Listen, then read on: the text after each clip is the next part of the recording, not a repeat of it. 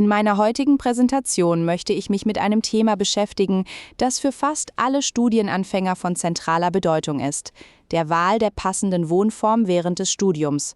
Konkret geht es um das Leben in einem Studentenwohnheim bzw. auf einem Universitätscampus.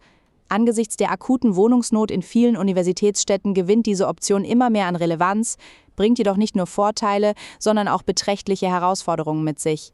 Ich möchte zunächst auf die positiven Aspekte dieser Wohnform eingehen, im Anschluss die Schattenseiten beleuchten und abschließend meine eigene Einschätzung dazu abgeben. Für das Wohnen auf dem Campus oder im Wohnheim spricht in erster Linie der unschlagbare finanzielle Vorteil. Die Mieten sind in der Regel staatlich gefördert und somit im Vergleich zum freien Wohnungsmarkt deutlich erschwinglicher. Ein weiterer entscheidender Faktor ist die soziale Komponente.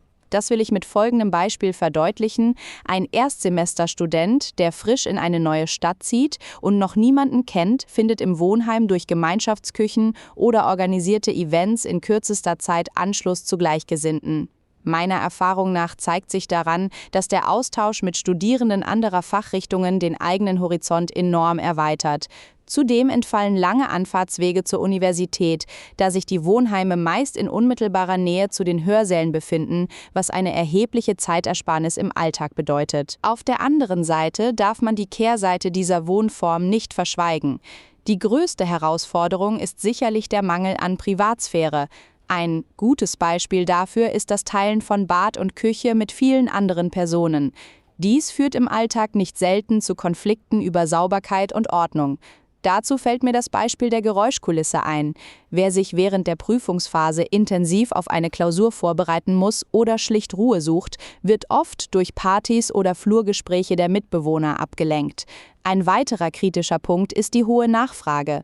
Da die Plätze stark begrenzt sind, müssen sich Studierende oft auf monatelange Wartezeiten einstellen, was die Studienplanung erschwert. Zusammenfassend lässt sich sagen, dass das Leben im Wohnheim oder auf dem Campus eine prägende Erfahrung darstellt. Meiner Meinung nach überwiegen die Vorteile, insbesondere in den ersten Semestern, da die Wohnform den Einstieg in den akademischen Alltag finanziell und sozial massiv erleichtert. Wer jedoch viel Wert auf Autonomie und absolute Ruhe legt, ist auf dem privaten Wohnungsmarkt wahrscheinlich besser aufgehoben. Ich danke Ihnen für Ihre Aufmerksamkeit und bin gespannt auf Ihre Fragen. Vielen Dank für deine anschauliche Präsentation. Wenn ich dich richtig verstanden habe, siehst du das Studentenwohnheim als eine ideale Einstiegsmöglichkeit für Erstsemester.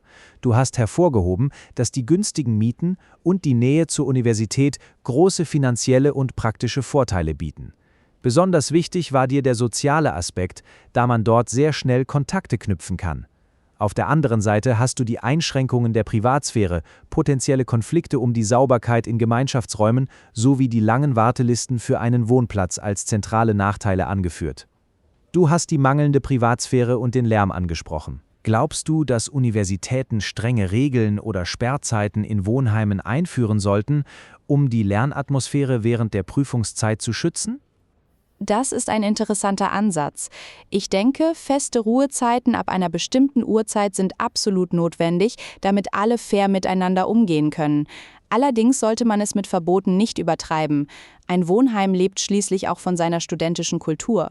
In einigen Ländern sind Campus-Universitäten im amerikanischen Stil üblich, wo man praktisch isoliert von der restlichen Stadt lebt. Glaubst du, dass das für die persönliche Entwicklung gut ist? Oder sollte das Studentenleben eher mitten in der Stadt stattfinden? Ich verstehe diesen Einwand, möchte aber gleichzeitig darauf hinweisen, dass ein isolierter Campus eine Art Blase erzeugen kann. Meiner Meinung nach ist es für junge Menschen gesünder, in einer normalen Stadt zu leben, um den Bezug zur gesellschaftlichen Realität außerhalb der Universität nicht zu verlieren. Da bezahlbarer Wohnraum für Studierende immer knapper wird, siehst du hier eher den Staat in der Pflicht, mehr Wohnheime zu bauen, oder sollten Studierende vermehrt alternative Wohnformen wie das Zusammenleben mit Senioren, Wohnen für Hilfe, ausprobieren? Dazu möchte ich sagen, dass beides wichtig ist. Der Staat steht definitiv in der Pflicht, den sozialen Wohnungsbau für Studierende massiv auszuweiten. Dennoch sind innovative Projekte wie Wohnen für Hilfe eine großartige Ergänzung, die zusätzlich den generationenübergreifenden Austausch fördert.